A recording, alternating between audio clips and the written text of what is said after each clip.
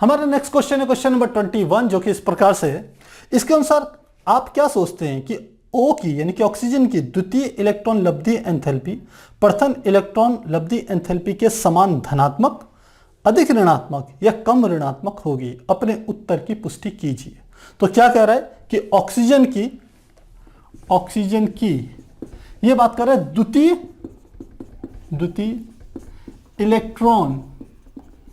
Electron लब्धि enthalpy की तुलना करनी है। ये धनात्मक होगी, ऋणात्मक होगी, ये अधिक ऋणात्मक होगी। किसकी तुलना में? ऑक्सीजन की प्रथम इलेक्ट्रॉन लब्धि एंथैल्पी की तुलना में। एंथैल्पी इसकी तुलना में कैसी होगी, ये समझना है हमें। तो किस प्रकार से करेंगे? देखिए, इलेक्ट्रॉन लब्धि एंथैल्पी क्या होती है कि किसी परमाणु को एक अतिरिक्त इलेक्ट्रॉन देने के लिए जब देते हैं तो जितनी ऊर्जा मुक्त हो, यदि ऊर्जा मुक्त होगी तो हम कहेंगे इलेक्ट्रॉन लब्धि एंथैल्पी क्या है? ऋणात्मक। और यदि वह इलेक्ट्रॉन देने के लिए हमें बाहर से ऊर्जा देनी पड़े तो हम कहेंगे इलेक्ट्रॉन लब्धि एंथैल्पी क्या है? धनात्मक। सामान्यतः हमने कहा था कि जितने भी हमारे सामान्यतः तत्व होते हैं उनके परमाणु को यदि इलेक्ट्रॉन दिया जाए तो वो ऊर्जा को मुक्त करते हैं, तो इलेक्ट्रॉन लब्धि एंथैल्पी क्या होती है? ऋणात्मक होती है। लेकिन जो लास्ट की होती है अक्रिय गैसें, helium, neon, argon, krypton, xenon, radon, उनको यदि एक इलेक्ट्रॉन देते हैं तो हमें बाहर से ऊर्जा देनी होती है क्योंकि वहां एक नए कोश का वो निर्माण करते हैं, तो धनात्मक भी होती है। तो अब इसको समझते हैं। सबसे पहले ऑक्सीजन की प्रथम इलेक्ट्रॉन लब्धि एंथैल्पी को समझिए। मैंने कहा ये ऑक्सीजन का, मेरे पास यदि ऑक्सीजन का बनाऊं मैं तो ये ऑक्सीजन है, इसका परमाणु क्रमांक होगा 8, इलेक्ट्रॉनिक विन्यास होगा 2,6। तो इसका अर्थ है कि ये हमारा न्यूक्लियस हो गया। ये पहली कक्षा में 2 इलेक्ट्रॉन हो गए और दूसरी कक्षा में कितने इलेक्ट्रॉन हो गए? 6। 1 2 3 4 5 6। अब एक ये इलेक्ट्रॉन था, मुझे इसको यहां से उठा करके यहां लाना है। तो जब मैं इसको यहां लाता हूं तो ये क्या करता है? ऊर्जा मुक्त करता है। ये क्या करता है? ऊर्जा को मुक्त करेगा। जब ये ऊर्जा को मुक्त करेगा तो इसका मतलब है इसकी जो इलेक्ट्रॉन लब्धि एंथैल्पी है वो क्या होगी? ऋणात्मक होगी। तो क्या कहा? ओ की ये वाली जो है प्रथम इलेक्ट्रॉन लब्धि एंथैल्पी ऋणात्मक होगी। ऋणात्मक होगी का अर्थ है कि नया इलेक्ट्रॉन आएगा तो ये ऊर्जा को मुक्त करेगा। समझ में आ गई बात? अब हम चलते हैं द्वितीय इलेक्ट्रॉन लब्धि एंथैल्पी को समझने में। हमने कहा अब द्वितीय इलेक्ट्रॉन लब्धि एंथैल्पी क्या होगी कि ऑक्सीजन में पहले से एक इलेक्ट्रॉन आ गया। जब एक इलेक्ट्रॉन आ गया तो ये O- हो गया। अब इसकी बाहरी कक्षा में कितने इलेक्ट्रॉन हो गए? 9 हो गए। तो क्या हो जाएंगे? वो हो जाएगा 2,7। मेरी बात समझ रहे हैं? O- का अर्थ है कि एक इलेक्ट्रॉन इसमें पहले ही आ गया, जिसको हम प्रथम इलेक्ट्रॉन लब्धि एंथैल्पी कह रहे हैं। किसकी? ऑक्सीजन की। अब दूसरा इलेक्ट्रॉन भी आना चाह रहा है तो क्या होगा? हमने कहा दूसरे के लिए ये हमने इसका नाभिक बना दिया। ये हमारा न्यूक्लियस हो गया। ये पहले में 2 इलेक्ट्रॉन हो गए, दूसरे में कितने हो गए? 7। 1 2 3 4 5 6 7। अब यहां पर एक बात और समझने की है। जब यह उदासीन था यानी कि प्रथम इलेक्ट्रॉन लब्धि के लिए इसके नाभिक में कितने धनावेश थे? हम कह सकते हैं क्योंकि 8 इसका परमाणु क्रमांक 8 है तो 8 क्या होंगे? प्रोटॉन होंगे। तो +8 इस पे क्या था? धनावेश था। और इस स्थिति में जाएं तो इसके नाभिक के धनावेश का मान तो +8 ही रहेगा। नाभिक में प्रोटॉनों की संख्या नहीं बदल रही है बाहरी कक्षा में, लेकिन यहां पर पहले क्या था? 8 इलेक्ट्रॉन थे, अब कितने हो गए? 9 इलेक्ट्रॉन हो गए। तो नाभिक का आवेश कोई परिवर्तित नहीं हुआ। बाहर से इलेक्ट्रॉन जब आया, बाहर की ओर एक इलेक्ट्रॉन बढ़ गया कक्षा में, तो ये पूरा परमाणु क्या हो गया? ऋणावेशित हो गया। अब यदि कोई इलेक्ट्रॉन को इसके अंदर जैसी घुसने की कोशिश करेगा तो ये क्या करेगा? स्ट्रक्चर ये परमाणु से प्रतिकर्षित करेगा, बाहर फेंकेगा। क्योंकि इस स्थिति में तो प्रथम इलेक्ट्रॉन लब्धि एंथैल्पी की स्थिति में ये क्या था? उदासीन था। यहां पर क्या था? ये उदासीन। लेकिन इस वाली स्थिति में ये क्या हो गया? ये हमारा हो गया आयनित हो गया, ये ऋण आयन बन गया। तो अब यदि इस ऋण आयन में बाहर से आप इलेक्ट्रॉन लाने की कोशिश करेंगे तो ये ऋण आयन क्या करेगा, उसको प्रतिकर्षित करेगा। अब यदि आप बाहर से इसमें इलेक्ट्रॉन लाना चाह रहे हैं तो आपको इसके प्रतिकर्षण बल के विरुद्ध काम करके इलेक्ट्रॉन को इसकी कक्षा में प्रवेश कराना पड़ेगा। इसलिए कहेंगे इलेक्ट्रॉन लब्धि एंथैल्पी क्या होगी, इसकी धनात्मक होगी, धनात्मक होगी। तो प्रथम इलेक्ट्रॉन लब्धि एंथैल्पी की तुलना में द्वितीय इलेक्ट्रॉन लब्धि एंथैल्पी क्या होगी, धनात्मक होगी। यानी कि ऊर्जा मुक्त नहीं होगी बल्कि आपको बाहर से ऊर्जा डालनी पड़ेगी, वो ऊर्जा को अवशोषित करेगा, तब कहीं जाकर के क्या करेगा, इलेक्ट्रॉन को अपनी कक्षा में प्रवेश होने देगा। तो इस प्रकार से इसे करेंगे। हमारा नेक्स्ट क्वेश्चन है क्वेश्चन नंबर 22, जो कि इस प्रकार से है। यह है क्वेश्चन नंबर 22। इसके अनुसार इलेक्ट्रॉन लब्धि एंथैल्पी तथा इलेक्ट्रॉन ऋणात्मकता में क्या मूल अंतर है। तो क्या कहा, इलेक्ट्रॉन लब्धि एंथैल्पी ये है, और दूसरा है इलेक्ट्रॉन ऋणात्मकता, ऋणात्मकता। इन दोनों में आपको डिफरेंस बताना है। तो काफी आसान है। इलेक्ट्रॉन लब्धि एंथैल्पी क्या होती है कि कोई हमारे पास परमाणु है, ये हमारे पास क्या है, एक परमाणु, परमाणु। इसकी अंतिम कक्षा में बाहर से यदि आप एक इलेक्ट्रॉन लाना चाह रहे हैं तो इसके लिए जितनी आप ऊर्जा मुक्त होगी या जितनी ऊर्जा ये अवशोषित करेगा इस प्रक्रिया में, उसे इसको कहते हैं इलेक्ट्रॉन लब्धि एंथैल्पी। एक बार दोबारा से कह रहा हूं कि किसी परमाणु की अंतिम कक्षा में एक इलेक्ट्रॉन को प्रवेश कराने में जितनी ऊर्जा मुक्त हो अथवा जितनी ऊर्जा अवशोषित हो, उस ऊर्जा को ही हम कहते हैं उस परमाणु की इलेक्ट्रॉन लब्धि एंथैल्पी। अब वो परमाणु उदासीन भी हो सकता है और वो परमाणु क्या होता है, आवेशित भी हो सकता है। तो यदि उदासीन है तो जो इलेक्ट्रॉन लब्धि एंथैल्पी होती है उसको हम कहते हैं प्रथम इलेक्ट्रॉन लब्धि एंथैल्पी। और जब अब इलेक्ट्रॉन ग्रहण कर लिया तो परमाणु उदासीन से क्या होगा, ऋण आयन होगा। अब दोबारा से आप एक इलेक्ट्रॉन यदि डालना चाह रहे हैं उसके भीतर, तो उस इलेक्ट्रॉन लब्धि एंथैल्पी को कहते हैं द्वितीय इलेक्ट्रॉन लब्धि एंथैल्पी। तो मुझे लगता है ये समझ में आ गया आपको। अब समझिए इलेक्ट्रॉन ऋणात्मकता क्या होती है। इलेक्ट्रॉन ऋणात्मकता का अर्थ होता है कि हमने कोई दो परमाणु लिए, एक X है और एक Y है।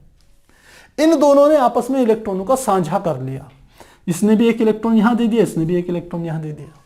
अब ये इलेक्ट्रॉनों के जो सांझित इलेक्ट्रॉन है, सांझे के जो इलेक्ट्रॉन है दो, इन इलेक्ट्रॉनों के समूह को इन दोनों जो तत्व के परमाणु होते हैं ये इसे अपनी ओर खींचने की प्रवृत्ति रखता है, ये इसे अपनी ओर खींचने की प्रवृत्ति रखता है। तो जो भी तत्व अपनी ओर खींचने की प्रवृत्ति ज्यादा रखेगा ये समूह थोड़ा सा उधर की ओर खिसक जाएगा, ये सांझे के इलेक्ट्रॉन थोड़ा उधर खिसक जाएंगे। और इसी गुण को हम कहते हैं इलेक्ट्रॉन की वैद्युत ऋणात्मकता, इलेक्ट्रॉन ऋणात्मकता या इलेक्ट्रॉन वैद्युत ऋणात्मकता, जिसे इलेक्ट्रोनेगेटिविटी कहते हैं इंग्लिश में। तो मुझे लगता है ये दोनों बातें आपको समझ में आ गई होगी। जिस X तथा Y में से जिसकी विद्युत ऋणात्मकता या इलेक्ट्रॉन ऋणात्मकता अधिक होगी, ये समूह इलेक्ट्रॉन का जोड़ा उधरी की ओर खिसक जाएगा। तो बात तो दोनों थोड़ी काफी हिसाब से हम देखें अलग अलग है बिल्कुल। ये क्या कर रहे हैं, इसमें बाहर से इलेक्ट्रॉन अंदर प्रवेश करा रहे हैं, जितनी ऊर्जा बाहर निकलेगी मुक्त होगी या जितनी ऊर्जा अवशोषित होगी उस ऊर्जा को कहेंगे इलेक्ट्रॉन लब्धि एंथैल्पी। जबकि इलेक्ट्रॉन ऋणात्मकता एक ऐसा गुण है किसी परमाणु का कि जब वो किसी दूसरे परमाणु के साथ सहसंयोजक बंध बनाता है तो सहसंयोजक बंध के इलेक्ट्रॉनों को अपनी ओर खींचने की उसकी जितनी प्रवृत्ति होगी उसे ही उसकी क्या कहते हैं, इलेक्ट्रॉन ऋणात्मकता कहते हैं। तो मुझे लगता है ये आपको समझ में आ गया होगा। हमारा नेक्स्ट क्वेश्चन है क्वेश्चन नंबर 23, जो कि इस प्रकार से है। इसके अनुसार सभी नाइट्रोजन यौगिकों में N की विद्युत ऋणात्मकता पाउलिंग पैमाने पर 3.0 है। आप इस कथन पर अपनी क्या प्रतिक्रिया देंगे। ये कहते हैं सभी नाइट्रोजन यौगिकों में N की विद्युत ऋणात्मकता, तो N की विद्युत ऋणात्मकता पाउलिंग पैमाने पर क्या रहा है, किस पर, पाउलिंग पैमाने पर कितनी कह रहा है, ये 3 है सभी यौगिकों में। तो क्या हम इससे सेटिस्फाई हैं, हमको यह समझाना है। देखिए सबसे पहले समझिए विद्युत ऋणात्मकता क्या होता है। विद्युत ऋणात्मकता कह सकते हैं किसी परमाणु का, किसी तत्व के परमाणु का वह गुण होता है जिसके कारण वो जब किसी दूसरे तत्व या अपने ही किसी तत्व के दूसरे परमाणु के साथ एक सहसंयोजक बंध का निर्माण करता है। जैसे हमने अभी इससे पहले के प्रश्न में बताया, मान लेते हैं दो परमाणु हैं, एक तत्व का परमाणु x है, दूसरे तत्व का परमाणु कितना है y। अब इन दोनों ने एक एक इलेक्ट्रॉन का साझा किया, ये साझे के इलेक्ट्रॉन हो गए।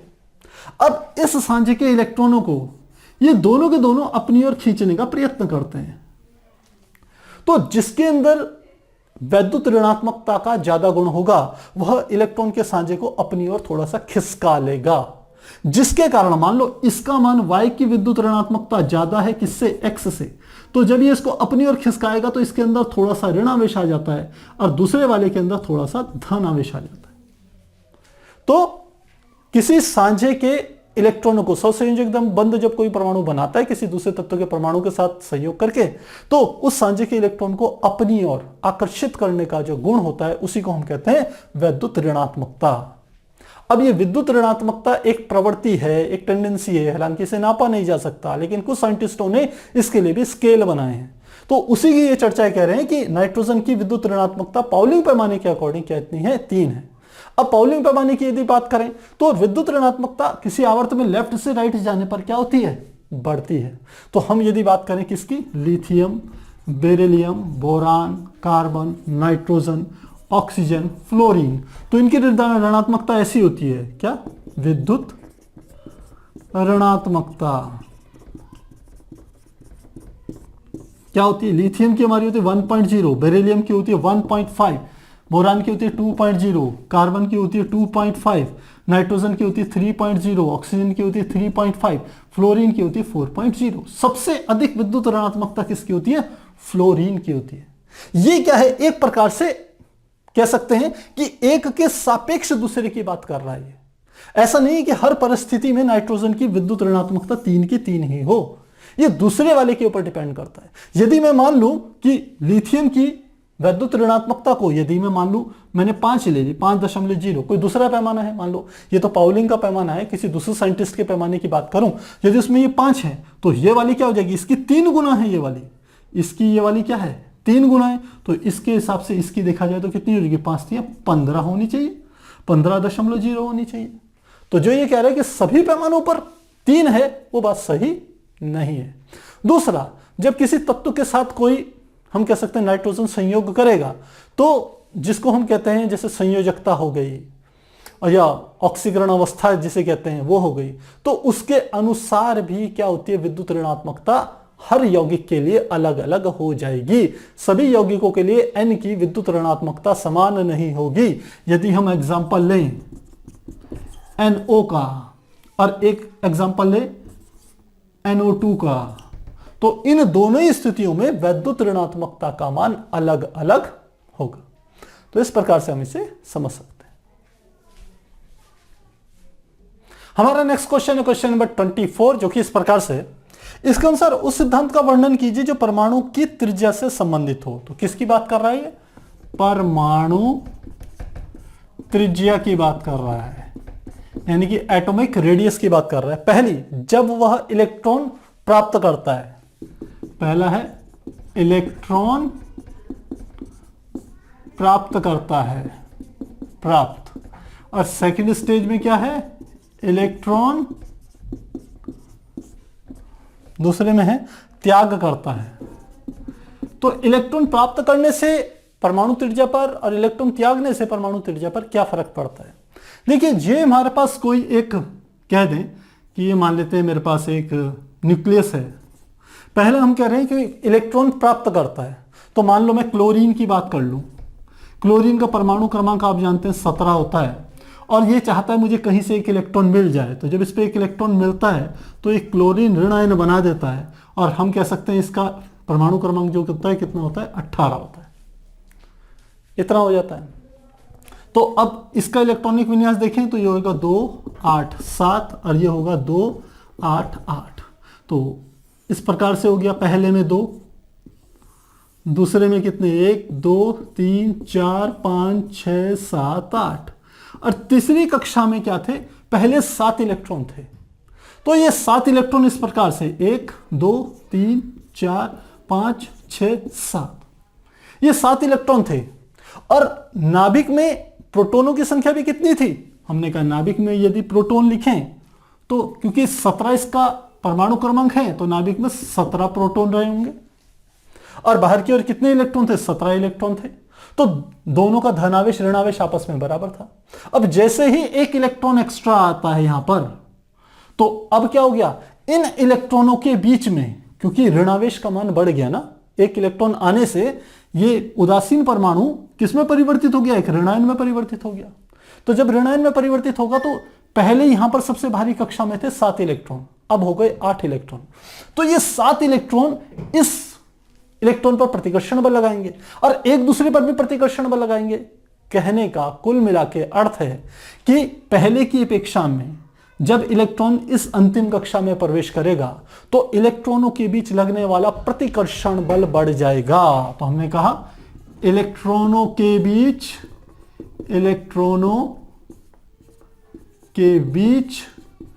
प्रतिकर्षण बल बढ़ेगा, प्रतिकर्षण बल बढ़ेगा। और जब प्रतिकर्षण बल बढ़ेगा तो हम कहेंगे क्या होगा, ये फैलने की कोशिश करेगा, यानी कि परमाणु त्रिज्या बढ़ेगी, परमाणु त्रिज्या बढ़ती है, परमाणु के आकार बढ़ जाएगा। तो ये बात समझ में आ गई किसमें, जब वह क्या करेगा, प्राप्त करेगा। दूसरी स्थिति देखें, जब इलेक्ट्रॉन का क्या करता है, वो त्याग करता है। तो इलेक्ट्रॉन का त्याग के लिए हम ले लेते हैं एग्जांपल सोडियम का।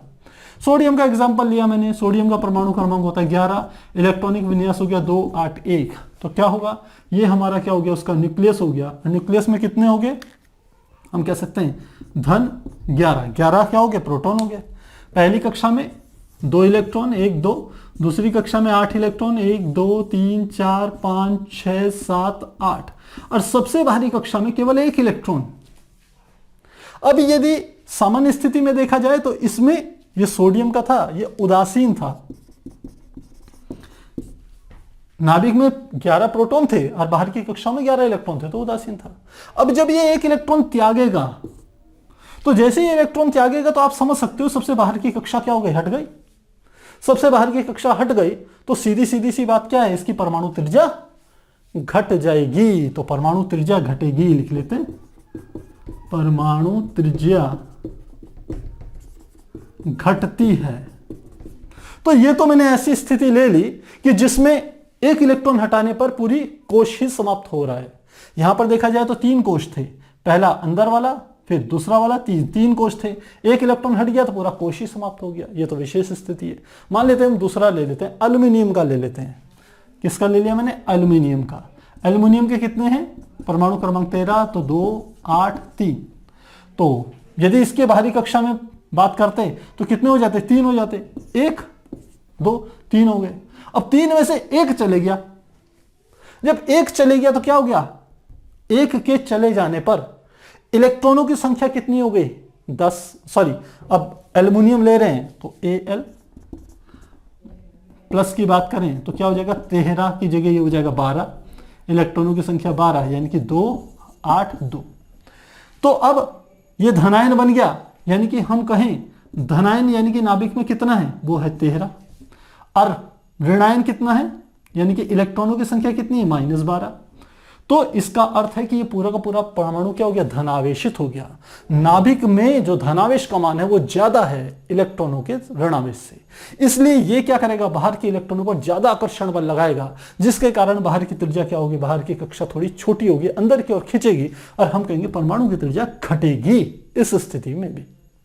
तो दोनों स्थितियां मैंने बता दी। यदि बाहर केवल 1 इलेक्ट्रॉन हो तो बाहर निकल गया तो परमाणु त्रिज्या घटेगी। यदि बाहर 1 से अधिक इलेक्ट्रॉन है तो 1 निकल जाएगा, तो नाभिक में धनावेश का प्रभाव बढ़ जाएगा। नाभिक जो धनावेश उत्पन्न कर रहा है, आकर्षण बल लगा रहा है इलेक्ट्रॉनों पर, उसका प्रभाव बढ़ जाएगा, जिसके कारण परमाणु त्रिज्या घटती है। तो इस प्रकार से ऐसे करेंगे। हमारा नेक्स्ट क्वेश्चन है क्वेश्चन नंबर 25, जो कि इस प्रकार से है। तो क्वेश्चन नंबर 25 है 3.25, किसी तत्व के 2 समस्थानिकों की प्रथम आयनन एंथैल्पी समान होगी या भिन्न होगी। आप क्या मानते हैं, अपने उत्तर की पुष्टि कीजिए। प्रथम आयनन एंथैल्पी समस्थानिकों की, तो मैंने कहा ये कह रहा है समस्थानिकों की प्रथम आयनन एंथैल्पी, इसको हमें कंपेयर करना है। समस्थानिक कौन से होते हैं कि वे, हम कह सकते हैं परमाणु जिनके परमाणु क्रमांक समान हो लेकिन परमाणु भार भिन्न भिन्न हो, उन्हें हम कहते हैं समस्थानिक। कौन कौन से समस्थानिक हैं? जैसे हम कहें ऑक्सीजन के कहें तो ऑक्सीजन के समस्थानिक होते हैं 8O16 और एक दूसरा ले लेते हैं 8O17। इनका परमाणु क्रमांक दोनों का समान है, इसका भी परमाणु क्रमांक 8 है, इसका भी परमाणु क्रमांक 8 है। इसका अर्थ है कि सीधी सी बात यह है कि परमाणु क्रमांक समान होने के कारण ही ये क्या है, समस्थानिक है। अब जो प्रथम आयनन एंथैल्पी या आयनन एंथैल्पी जो होती है वह डिपेंड करती है इलेक्ट्रॉनिक विन्यास पर। आयनन एंथैल्पी किस पर डिपेंड करती है? तत्व के परमाणु के इलेक्ट्रॉनिक विन्यास पर, इलेक्ट्रॉनिक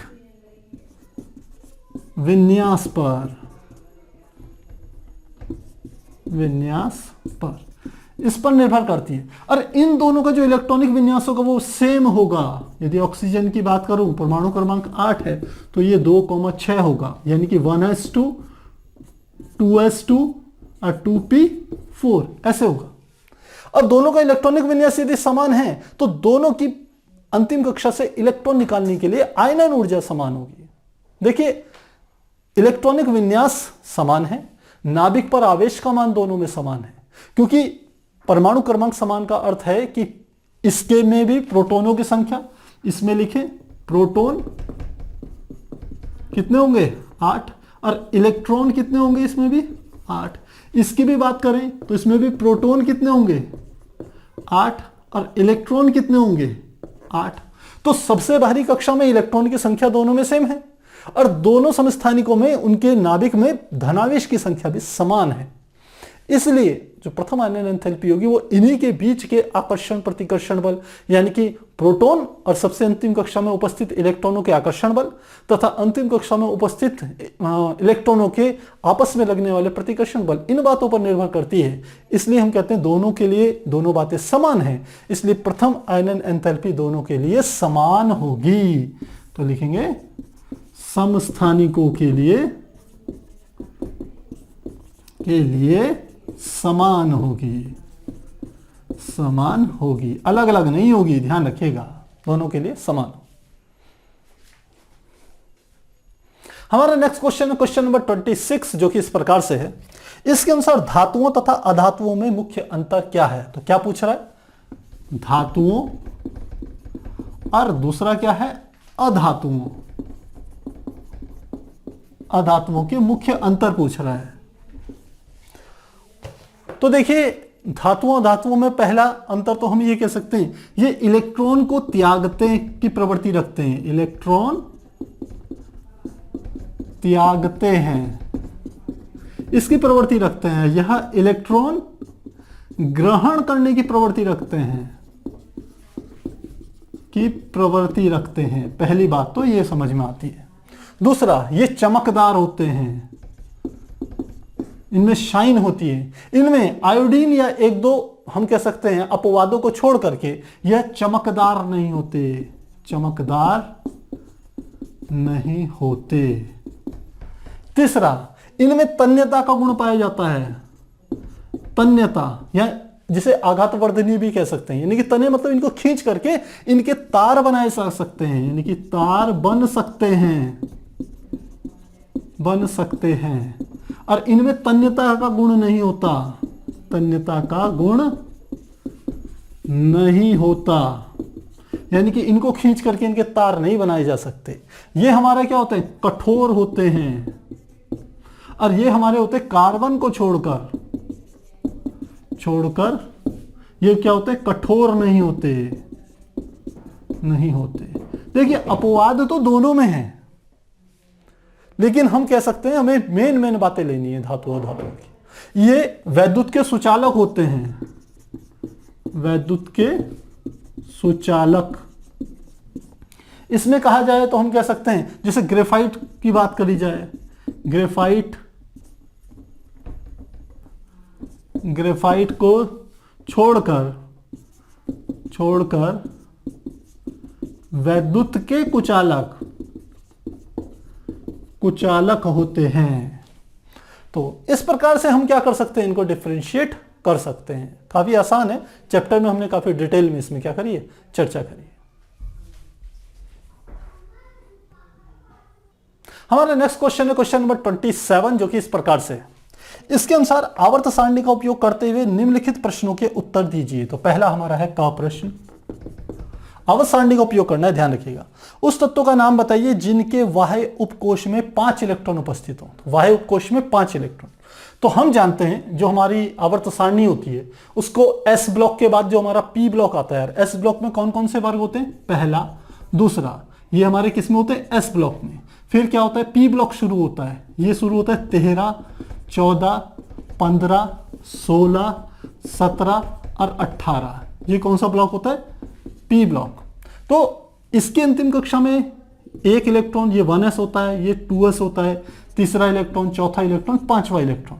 अंतिम कक्षा में बात बोल रहे हैं, इसमें छठवां, इसमें सातवां, इसमें आठवां, अंतिम कक्षा में इलेक्ट्रॉनों की संख्या।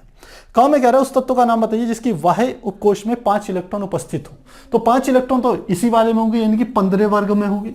और 15वें वर्ग में कौन कौन से हमारे आ जाते हैं, ये हमारा होता है नाइट्रोजन वाला। तो कौन सा है, नाइट्रोजन का। तो नाइट्रोजन परिवार को वर्ग में हमने याद करने का आपको तरीका बताया था।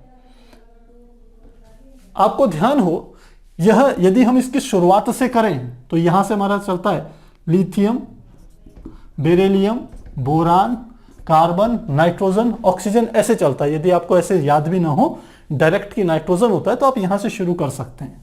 तो ये हमारी क्या होगी, नाइट्रोजन हमारा आ गया। अब इसकी अंतिम कक्षा में कितने इलेक्ट्रॉन होते हैं, हम जानते हैं 5 इलेक्ट्रॉन होते हैं। तो यदि इसमें यह कहें कि इसमें और कौन कौन से तत्व होंगे, तो इसके लिए हमने आपको तरीका बताया था। हमने कहा था एक आपको फार्मूला याद करना है, ना पी ऐसे सबके बीच। तो ना पी ऐसे सबके बीच, तो ये जितने भी तत्व होंगे इन सबके अंतिम कक्षा में कितने इलेक्ट्रॉन होंगे, 5 इलेक्ट्रॉन। ध्यान हो, हमने आपको पूरी आवर्त सारणी बताई थी, याद करना। तो ये था ना पी ऐसे सबके बीच, वहां आपको निम्नलिखित समझा रखे हैं हमने शॉर्टकट तरीके। तो इन सबकी अंतिम कक्षा में 5 इलेक्ट्रॉन होंगे। तो पहला पार्ट। ख, उस तत्व का नाम बताइए जिसकी प्रवृत्ति 2 इलेक्ट्रॉनों को त्यागने की हो। तो ख पार्ट में देखें, जिसकी अंतिम कक्षा में 2 इलेक्ट्रॉन होंगे वही त्यागेगा। तो कौन कौन से हमारे होते हैं, ये तो हमारा होता है, ये दूसरा आवर्त होता है। आवर्त संख्या कौन सी होती है, 2। तीसरे आवर्त में कौन से होते हैं, ये होता है सोडियम, मैग्नीशियम, एल्युमिनियम, सिलिकॉन, ये इस तरीके से होते हैं। तो जिसके अंतिम कक्षा में 2 इलेक्ट्रॉन होंगे, यहां पर देखिए ये 2 वाला है, तो अंतिम कक्षा में कितने इलेक्ट्रॉन होंगे, 2, तो वही 2 त्यागेगा। तो कौन कौन से आगे हमारे हो गया, मैग्नीशियम।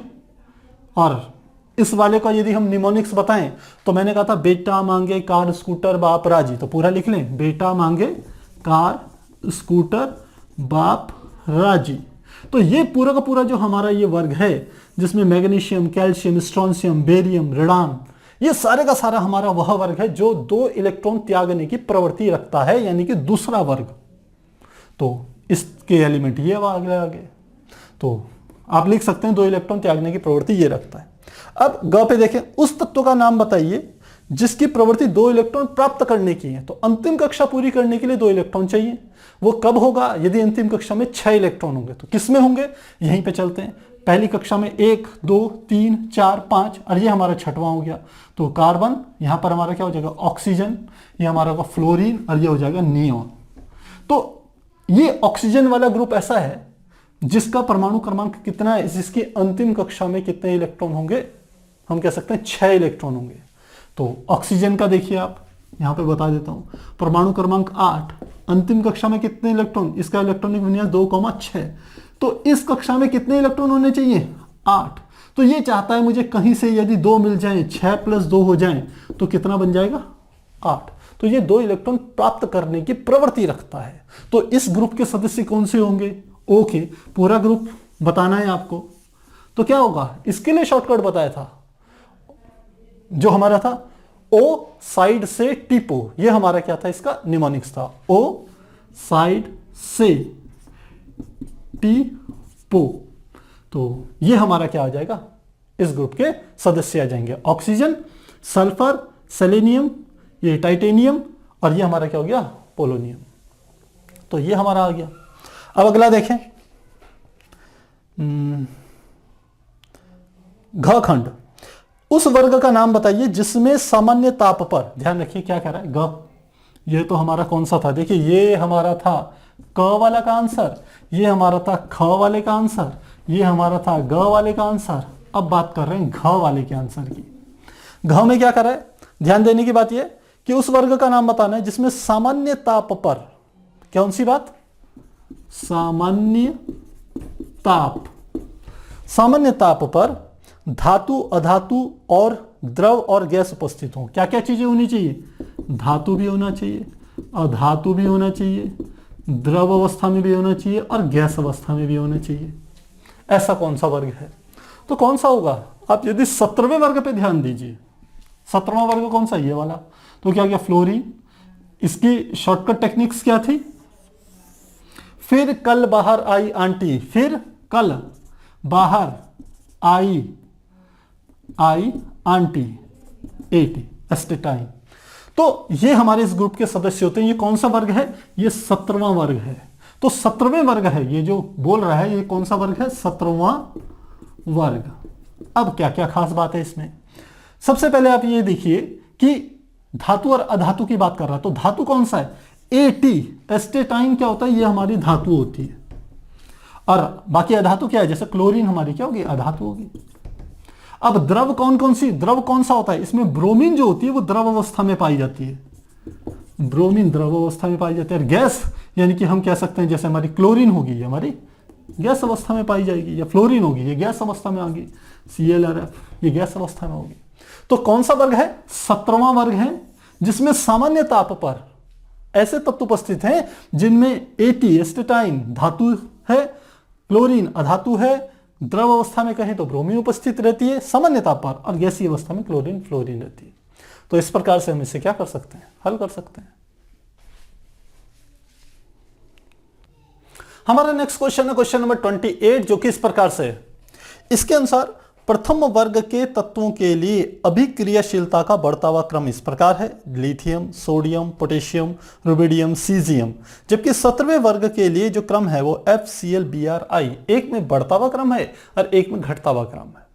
तो ये कह रहा है कि इसकी हमको व्याख्या करनी है। तो पहले प्रश्न समझ लेते हैं। ये प्रथम वर्ग के तत्व कौन कौन से इसने दे दिए, यदि हम यहाँ लिखें इसे तो ये आ जाता है लिथियम, फिर उसके बाद सोडियम, पोटेशियम, और साथ में इन्होंने दिया है रुबिडियम और सीजियम, ये दिया है। दूसरी तरफ देखें, यह जो हमारे होते हैं ये फर्स्ट वर्ग के तत्व होते हैं, फर्स्ट वर्ग। और जो हम कह सकते हैं जो 18वें वर्ग, 17वें वर्ग के तत्व होते हैं, 17वां वर्ग, वो कौन सा होता है, जो कि हम जानते हैं फ्लोरीन होता है, क्लोरीन होता है, ब्रोमीन होता है, आयोडीन होता है। इतने इसने दिए हैं, ये दिए हैं। अब ये क्या कह रहा है कि अभिक्रियाशीलता का बढ़ता हुआ क्रम, यानी कि जो क्वेश्चन में दिया है वो दिया है अभिक्रियाशीलता, अभिक्रियाशीलता कैसे दी है, लिथियम की कम, सोडियम की उससे कम, लिथियम की सबसे कम, सोडियम की उससे ज्यादा, पोटेशियम की उससे ज्यादा, आरबी की उससे ज्यादा, रुबिडियम की और सीजियम की सबसे ज्यादा होती है अभिक्रियाशीलता। जबकि 17वें वर्ग की कहा जाए तो F की सबसे ज्यादा होती है, Cl की उससे कम होती है, Br की उससे कम होती है और सबसे कम क्या होती है, आयोडीन की होती है। ये विपरीत जो क्रम है, इसी बात को हमको यहां पर एक्सप्लेन करना है।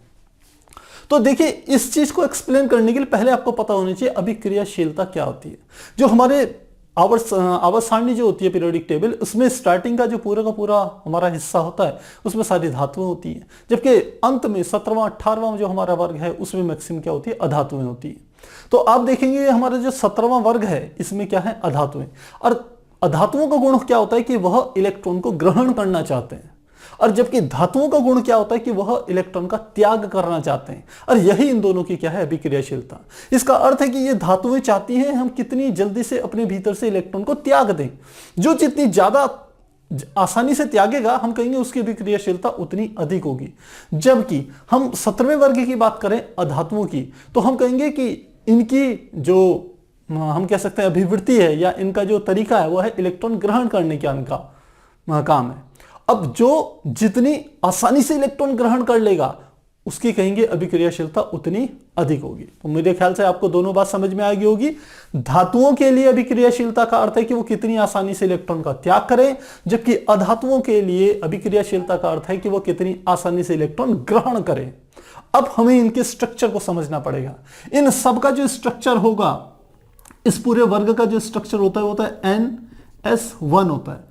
लिथियम का लिखें तो ये होता है 1s1, सोडियम का ये होता है 2s1, पोटेशियम का 3s1, इसका होता है 4s1, इसका होता है 5s1। बाकी आगे के तत्व भी होते ही हैं, 1s2, 2s2, 2p6, ये चीजें तो होंगी ही होंगी ऐसे ही सब में। लेकिन लास्ट में जो होगा वो इस तरीके से होगा, क्योंकि इसकी अंतिम कक्षा में क्या है, एक एक इलेक्ट्रॉन है। तो ये बात तो हमको समझ में आ रही है कि ये चीजें तो सेम है। तो फिर आखिर ऐसा क्यों है कि लिथियम की सबसे कम है अभिक्रियाशीलता और सीजियम की सबसे ज्यादा है? इसको समझने के लिए आपको पता होना चाहिए इनका जो परमाणु क्रमांक होता है वो क्या होता है। लिथियम का परमाणु क्रमांक आप जानते हैं 3 होता है, सोडियम का होता है 11, पोटेशियम का होता है 19, हम लिखे रुबिडियम का होता है हमारा 37 और सीजियम का होता है हमारा 55। अब इसका अर्थ क्या हुआ? इसका अर्थ यह हुआ कि आप देखेंगे यहां से यदि देखेंगे इसमें केवल दो शेल होते हैं, दो कोश होते हैं। पहला कोश जिसमें 2 इलेक्ट्रॉन, दूसरा कोश जिसमें 1 इलेक्ट्रॉन होता है। ये आगे का ये जो नंबर होता है ये हमें किसको बताता है? ये n मुख्य क्वांटम संख्या यानी कि कोशों की संख्या को बताता है। तो इसमें 1 है तो 1 कोश है, इसमें 2 है 2 कोश है, इसमें 3 है तो 3 कोश है, इसमें 4 है तो 4 कोश है, इसमें 5 है तो 5 कोश है। अब कोशों का अर्थ क्या है? परमाणु का आकार बढ़ रहा है। अब हम जैसे इन दोनों में ही आपको इन दोनों का ही बना करके दिखा देते हैं। लिथियम का कैसे होगा? लिथियम का ये सबसे अंदर क्या है? न्यूक्लियस। इसके बाद क्या है? ये पहला कोश जिसमें 2 इलेक्ट्रॉन है, फिर ये दूसरा कोश जिसमें कितना है? 1 इलेक्ट्रॉन है। ये लिथियम का हो गया। सोडियम का बनाए तो क्या होगा? ये हमारा सबसे अंदर क्या हो गया? न्यूक्लियस। ये पहला कोश जिसमें 2 इलेक्ट्रॉन है, फिर दूसरा कोश जिसमें कि 8 इलेक्ट्रॉन है, 1 2 3 4 5 6 7 8, और एक लास्ट वाला कोश ये क्या है? जिसमें 1 इलेक्ट्रॉन है। अब इन दोनों में अंतर समझिए, वो आपको पूरी सीरीज में समझ में आ जाएगा। अब ये यदि दोनों धातुएं हैं तो ये भी चाहती है कि इसके अंदर का ये इलेक्ट्रॉन बाहर निकल जाए, और यह भी चाहता है, सोडियम भी चाहता है इसके बाहर का जो इलेक्ट्रॉन है सबसे भारी कक्षा में वो बाहर चले जाए। ये इलेक्ट्रॉनों को त्यागना चाहते हैं। अब जो जितनी आसानी से इलेक्ट्रॉन त्यागेगा, इलेक्ट्रॉन को बाहर निकलने के लिए जितनी कम ऊर्जा की आवश्यकता होगी, हम कहेंगे उसकी अभिक्रियाशीलता उतनी ही अधिक होगी। अब देखिए यहां पर ये क्या जो इलेक्ट्रॉन है यह नाभिक के ज्यादा समीप है, तो नाभिक और इसके बीच की इलेक्ट्रॉन के बीच की दूरी कम होने के कारण इनके बीच जो आकर्षण बल लगेगा वो होगा ज्यादा, और आकर्षण बल ज्यादा होगा तो इस इलेक्ट्रॉन को यहां से बाहर निकालना आसान नहीं होगा। अब इसमें देखें, इसकी तुलना में ये वाला जो बाहर का इलेक्ट्रॉन है उसकी नाभिक से जो दूरी है वो क्या होगी? बढ़ गई। जब दूरी बढ़ गई तो इस वाले इलेक्ट्रॉन को, सोडियम के सबसे भारी कक्षा में उपस्थित इलेक्ट्रॉन को लिथियम के सबसे भारी कक्षा में उपस्थित इलेक्ट्रॉन से बाहर निकालना ज्यादा आसान है, क्योंकि इन दोनों के बीच की दूरी क्या हो गई? बढ़ गई, जिसके कारण नाभिक के द्वारा इस इलेक्ट्रॉन पर लगने वाले आकर्षण बल का मान क्या हो गया? कम हो गया। आप ये भी कह सकते हैं कि सर नाभिक में आवेश का मान भी तो बढ़ेगा, धनावेश। तो धनावेश तो बढ़ेगा, लेकिन हमने पढ़ा था वहां पर शील्डिंग इफेक्ट या स्क्रीनिंग इफेक्ट, क्योंकि बीच में ये क्या होगी? 2 कोरे हमारी आ गई जो क्या करती है? इस इलेक्ट्रॉन पर नाभिक के द्वारा लगने वाले आकर्षण बल को क्या करती है? कम कर देती है। इसलिए जैसे ऊपर से नीचे की ओर जाते हैं, जैसे हम ऊपर से नीचे की ओर जाएंगे वैसे वैसे इलेक्ट्रॉन को बाहरी कक्षा से बाहर निकालना आसान हो जाएगा, क्योंकि नाभिक उस पर उतना कम आकर्षण बल लगाएगा, और जितना कम आकर्षण बल लगाएगा इलेक्ट्रॉन उतना आसानी से बाहर निकलेगा, और बाहर निकलेगा तो हम कहेंगे उसकी अभिक्रियाशीलता उतनी ही अधिक होगी। इसलिए सीजियम की अभिक्रियाशीलता सबसे अधिक होती है उस वर्ग के जितने भी तत्व हैं। तो मुझे लगता है ये बात समझ में आ गई होगी धातुओं की। अब हम चलते हैं इसमें अधातुओं में। फ्लोरीन का यदि देखें, यदि इस वर्ग के तत्वों की यदि मैं बात करूं तो इस वर्गों के तत्वों का जो इलेक्ट्रॉनिक जो विन्यास होता है वो होता है हमारा 1, सीधे लिख लेते हैं, ये होता है N P और ये हमारा होता है 5, क्योंकि ये P वर्ग के तत्व होते हैं। तो ये होता है हमारा NP5। अब देखिए फ्लोरीन का हमारा क्या होता है, परमाणु क्रमांक हमारा होता है 9, क्लोरीन का कितना होता है 17, ब्रोमीन का कितना होता है 35 और आयोडीन का होता है 53। ये होता है। अब इसमें भी हम शुरू दो के स्टार्टिंग के दो को समझेंगे, वही नियम सब में लागू होगा। मैंने आपको बताया क्योंकि ये अधातुएं हैं, इनकी प्रवृत्ति है इलेक्ट्रॉन को ग्रहण करने की। अब आप धातुओं की बात यहां पर नहीं लाएंगे, क्योंकि धातु इलेक्ट्रॉन त्यागना चाहते हैं, ये क्या चाहते हैं इलेक्ट्रॉन को ग्रहण करना। जो जितनी आसानी से इलेक्ट्रॉन ग्रहण करेगा हम कहेंगे उसकी अभिक्रियाशीलता उतनी ही अधिक होगी। तो अब इन दोनों के ऊपर चर्चा करते हैं। हमने कहा F का इलेक्ट्रॉनिक विन्यास 9 है, परमाणु क्रमांक 9 है, तो F का परमाणु क्रमांक यदि 9 है तो क्या होगा, ये हमारा न्यूक्लियस हो गया, ये पहली कक्षा होगी जिसमें 2 इलेक्ट्रॉन होंगे, ये दूसरी कक्षा होगी जिसमें कितने इलेक्ट्रॉन होंगे 7, 1 2 3 4 5 6 7। ये वाली जगह खाली बच गई, ये जगह क्या हो गई 8वें इलेक्ट्रॉन के लिए रिक्त हो गई। अब दूसरी तरफ मैं बनाऊं क्लोरीन का, तो यहां मैंने क्लोरीन का बना दिया, परमाणु क्रमांक है इसका 17, इसकी नाभिक ये न्यूक्लियस हो गया, पहली कक्षा में 2 इलेक्ट्रॉन, फिर दूसरी कक्षा में 8 इलेक्ट्रॉन, 1 2 3 4 5 6 7 8, और तीसरी कक्षा में आप देख रहे होंगे कितने इलेक्ट्रॉन 7, 1 2 3 4 5 6 7, और ये वाली जगह इसकी भी खाली बच गई। अब देखिए कोई इलेक्ट्रॉन मान लो यहां पर है, कोई इलेक्ट्रॉन यहां पर स्थित है। अब इन दोनों में से कौन उसे आसानी से खींच लेगा, कौन सा ऐसा नाभिक है जो इलेक्ट्रॉन को ज्यादा आसानी से ज्यादा शक्तिशाली तरीके से क्या कर लेगा, अपनी कक्षा में पहुंचा लेगा, कौन आकर्षण बल ज्यादा लगाएगा। आप देख रहे हो ये नाभिक यहां पर न्यूक्लियस यहां पर है, इस न्यूक्लियस की सबसे बाहरी कक्षा जो है वो क्या है, नाभिक के समीप है, नाभिक के क्या है समीप है। सबसे बाहरी कक्षा और नाभिक के बीच की दूरी क्या है, कम है, किसकी अपेक्षा में, क्लोरीन की। क्लोरीन का नाभिक और सबसे बाहरी कक्षा की दूरी क्या है, ज्यादा। तो इस वाले फ्लोरीन के नाभिक के द्वारा इस इलेक्ट्रॉन पर जो आकर्षण बल लगाया जाएगा वो लगाया जाएगा ज्यादा, जिसके कारण ये इलेक्ट्रॉन आसानी से घूम करके यहां आ जाएगा। इसकी अपेक्षा क्लोरीन का नाभिक भी इस इलेक्ट्रॉन पर आकर्षण बल लगाएगा, वह भी कोशिश करेगा इसको यहां लाने की, लेकिन क्योंकि नाभिक से इस इलेक्ट्रॉन की दूरी ज्यादा हो जाएगी तो हम कहेंगे कि वह इतनी आसानी से इतनी शक्तिशाली आकर्षण बल से इसको नहीं खींच पाएगा। अब हमने कहा ये अधातुएं हैं, जो जितने शक्तिशाली तरीके से इलेक्ट्रॉन को अपनी ओर खींच सकता है उसकी अभिक्रियाशीलता उतनी अधिक होगी। इसी कारण से फ्लोरीन की जो अभिक्रियाशीलता है F वो ज्यादा होगी किससे, क्लोरीन से। तो इस हिसाब से देखा जाए तो ब्रोमीन की भी क्या ज्यादा किससे होगी, आयोडीन से। और यहां पर लिख सकते हैं क्लोरीन की बड़ी होगी किससे, वो ब्रोमीन से। तो ये वाला जो हमारा इसने स्टेटमेंट दे रखा था ये बिल्कुल सही है कि इस ग्रुप में सबसे अधिक अभिक्रियाशीलता फ्लोरीन की होगी। दोनों अलग अलग केस हैं। धातुएं चाहती हैं इलेक्ट्रॉनों का त्याग करना, तो जितना अधिक नाभिक से सबसे बाहरी कक्षा की दूरी होगी उतना आसान हो जाएगा उसको त्यागना, जबकि यह चाहते हैं धातुएं चाहते हैं इलेक्ट्रॉन को ग्रहण करना, तो नाभिक से सबसे बाहरी कक्षा की दूरी जितनी कम होगी वो इलेक्ट्रॉन को उतनी जल्दी से खींच करके अपनी कक्षा पर ले आएगा। इसलिए दोनों का क्रम क्या होता है, उल्टा होता है। आप नोट कीजिए, फिर हम आगे कंटिन्यू करते हैं।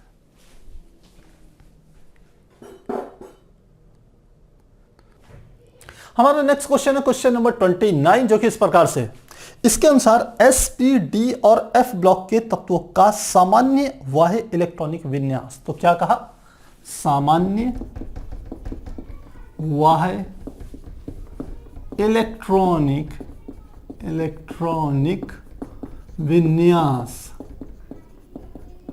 और किनका ज्ञात करना है, ये एस पी डी एफ वाले तत्वों का, S P D F block के तत्वों का।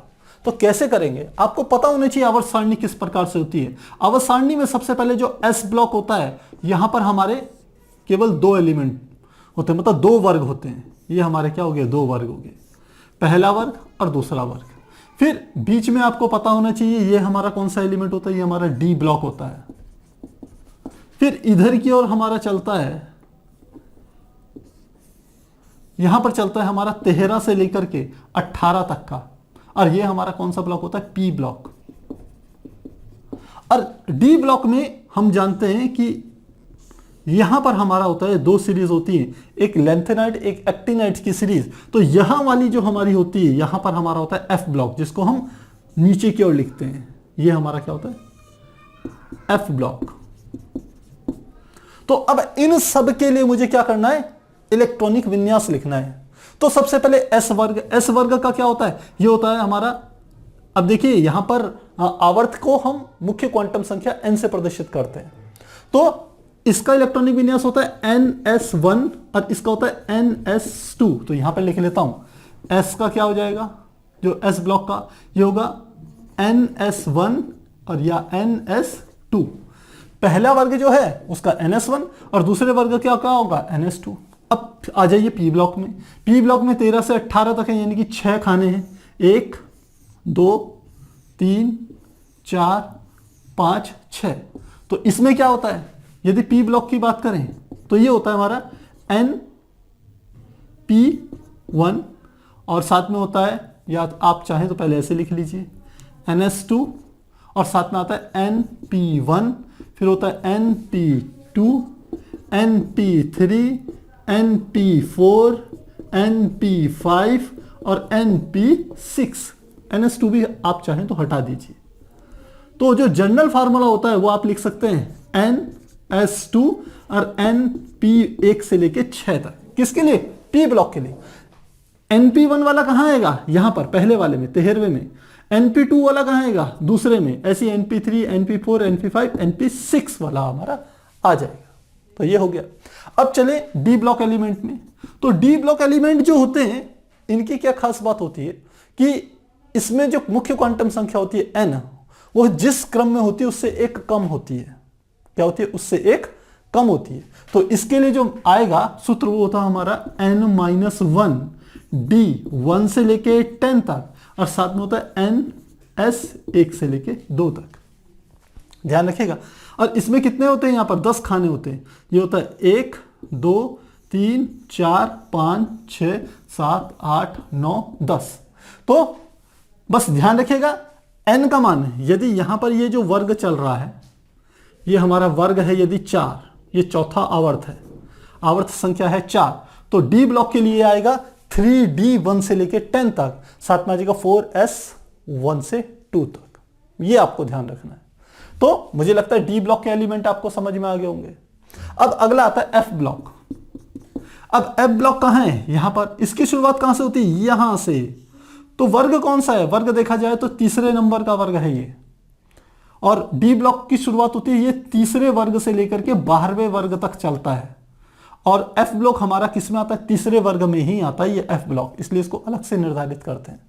तो एफ ब्लॉक, जैसे डी ब्लॉक के लिए n का मान जो होता है मुख्य क्वांटम संख्या, वह जो हमारी चल रही है, जैसे यहां पर 4 था तो हमने क्या लिया, 3 लिया। हमने कहा ये वाला कौन सा आएगा, d के लिए क्या हो जाएगा, इसके लिए d का हो जाएगा 3d आएगा। यदि मुख्य क्वांटम संख्या ये n बराबर 4 है तो यहां के लिए क्या होगा, 3d आएगा। ध्यान रखिए n-1। वैसे ही f के लिए क्या होगा, n-2। तो क्या लिखेंगे इसे लिख सकते हैं n-2। f का मान 1 से लेके 14, क्योंकि इसमें 14 खाने होते हैं। 1 2 3 4 5 6 7 8 9 10 11 12 13 14। तो 14 खाने होते हैं 1 से लेके 14 तक। ये आ गया। साथ में इसमें हमारा आता है डी ब्लॉक के एलिमेंट भी आते हैं, कि यानी कि वो भी आएगा। तो यह आ जाएगा n-1 और डी का मान 0 या 1 होता है। डी का मान या तो 0 या 1 होता है। और तीसरा हमारा होता है एस ब्लॉक। तो एस ब्लॉक के लिए आएगा ns2। कहने का अर्थ यह है कि सामान्यतः वह इलेक्ट्रॉनिक विन्यास एस वाले ब्लॉक के एलिमेंट के लिए ns1 ns2 होगा और p ब्लॉक के लिए ns2 np126 होगा। d ब्लॉक के लिए n-1 d1 to 10 ns1 से लेके 2 तक होगा। और f ब्लॉक के लिए होगा n-2 f 1 से लेके 14 तक, n-1 d 0 से लेके 1 तक और ns2 होगा। ये हमारा क्या है, सामान्य वह इलेक्ट्रॉनिक विन्यास है, अलग अलग किसका, आवर्त सारणी में जो अलग अलग ब्लॉक है।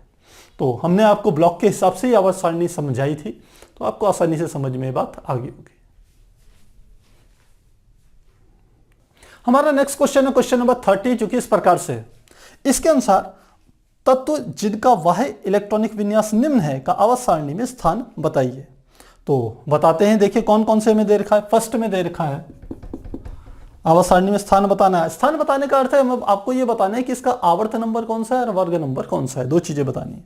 तो पहला है NS2 NP4, यह है NS2 NP4, ये हमारे को दे दिया है और n बराबर क्या है 3, इसके लिए n का मान क्या है 3। सेकंड में देखें, सेकंड में हमें दे दिया n-1 d2 ns2, n-1 d2 और साथ में हो गया ns2, और इसके लिए n का मान कितना दे दिया है, ये दे दिया हमें 4। और थर्ड हमें दे दिया है, ये दिया है n-2 f7, n-2 f7, साथ में आ गया n-1 d1 और साथ में आ गया ns2, और इसके लिए n बराबर कितना है 6, n बराबर 6 है। अब इसको समझते हैं। देखिए कहीं पर भी आपको ये दिया हुआ हो तो ये जो हमारा आगे का होता है n, ये होती है हमारी आवर्त की संख्या, आवर्त की संख्या। और ये जो हमारा 2 हो गया या 4 हो गया, ये हमारा बताता है वर्ग को प्रदर्शित करता है। P ब्लॉक में यदि 4 है तो P ब्लॉक का चौथा वर्ग, इसका अर्थ यह होगा। तो सबसे पहले फर्स्ट को समझते हैं। फर्स्ट को हमने कहा ये P ब्लॉक है, तो P ब्लॉक की शुरुआत कहां से होती है, 13वें वर्ग से होती है। और 13 से कितने तक जाता है, 13, 14, 15, 16, 17 और 18, क्योंकि P में 6 वर्ग होते हैं 13 से 18 तक। अब हमें क्या दे दिया, n बराबर दे दिया 3, तो आवर्त की संख्या तो आपको पता चल गई होगी, तीसरा आवर्त है। अब वर्ग कैसे ज्ञात करेंगे, ये देखिए पीछे है P4, ये 13वें वर्ग में आता है P1, 14वें में आता है P2, इसमें आता है P3 और 16वें में आता है P4, ऐसे इसमें आता है P5 और इसमें आता है P6।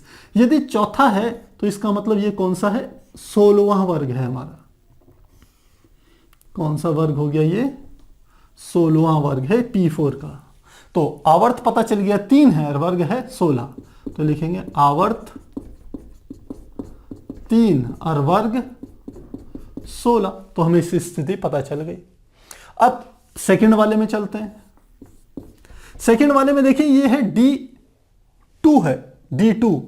अब n का मान कितना है 4, यदि n का मान 4 है तो आवर्त आपको सीधे पता चल जाना चाहिए, आवर्त तो कितना है 4, क्योंकि n बराबर 4 है तो आवर्त तो चौथा आ गया, फिक्स हो गया। अब ये D है, D ब्लॉक के एलिमेंट में यहां पर क्या आ रहा है, 2 आ रहा है। तो D ब्लॉक के एलिमेंट की शुरुआत होती है 3 से और वो चलती है 12 तक। तो D ब्लॉक कहां से शुरू होता है, D ब्लॉक हमारा चलता है ये तीसरा वर्ग, चौथा, पांचवा, छठवां, सातवां, आठवां, 9वां, 10वां, 11वां और ये चलता है 12वां। ये चलता है D ब्लॉक के एलिमेंट। और D ब्लॉक में ये क्या होता है, ये होता है D1, ये D2, ये D3, D4, D5, D6, D7, D8, D9, D10, ऐसा होता है। तो यहां पर कितना दिया है, D2 दिया है। तो D2 दिया है तो कौन सा वर्ग आ गया हमारे पास, चौथा वर्ग आ गया। तो आवर्त हो गया 4 और वर्ग कौन सा हो गया, वर्ग भी हमारा क्या हो गया 4। तो यह आवर्त सारणी में उसकी स्थिति होगी। नेक्स्ट में देखें इस वाले में, अब जब तीसरा f जो हमारा होता है, ध्यान रखिए यहां पर फिर से n का मान 6 है, तो यानी कि आवर्त तो आपको पता चल गया, आवर्त कौन सा होगा, छठवां होगा, ये तो क्लियर हो गया। अब यहां पर है, देखिए ये है D1, D1 आप समझते हो कहां पर होता है, ये हमारा D1 यानी कि तीसरा वर्ग। और तीसरे वर्ग के छठवें आवर्त में चले, यदि मैं आवर्त कौन सा ले लूं, ये ऐसे करके बनाते हैं इसे यहां पर, कि ये छठवां आवर्त है और ये सातवां आवर्त है। ये हमारा क्या है, आवर्त। तो छठवां आवर्त ये, सातवां वर्ग तो ये है। और तीसरे वर्ग में जो यहां जो सीरीज होती है इसे हम कहते हैं लेंथेनाइड सीरीज, और ये हमारी होती है एक्टिनाइड सीरीज। और यहीं पर हमारा क्या होता है, ये एफ ब्लॉक के एलिमेंट आते हैं जिन्हें आवर्त सारणी में सबसे नीचे स्थान दिया जाता है। तो आप समझ सकते हैं आवर्त कौन सा हो गया 6 और वर्ग कौन सा हो गया, क्योंकि तीसरे वर्ग में आते हैं, तो ये कौन सा हो गया, वर्ग हमारे पास कौन सा हो गया, तीसरा। तो इस प्रकार से हम क्या करेंगे, इसे कैलकुलेट कर सकते हैं। आपको ध्यान हो आवर्त सारणी में सबसे नीचे यहां स्टार लगा करके सबसे नीचे लेंथेनाइड सीरीज और एक्टिनाइड सीरीज को बनाया जाता है, वो हमारा होता है एफ ब्लॉक। और कितने एलिमेंट होते हैं इसमें, 14 एलिमेंट होते हैं, 14 खाने होते हैं, यहां से लेके यहां तक पूरे के पूरे कितने होते हैं, 14 खाने होते हैं। तो इस प्रकार से इसे समझेंगे।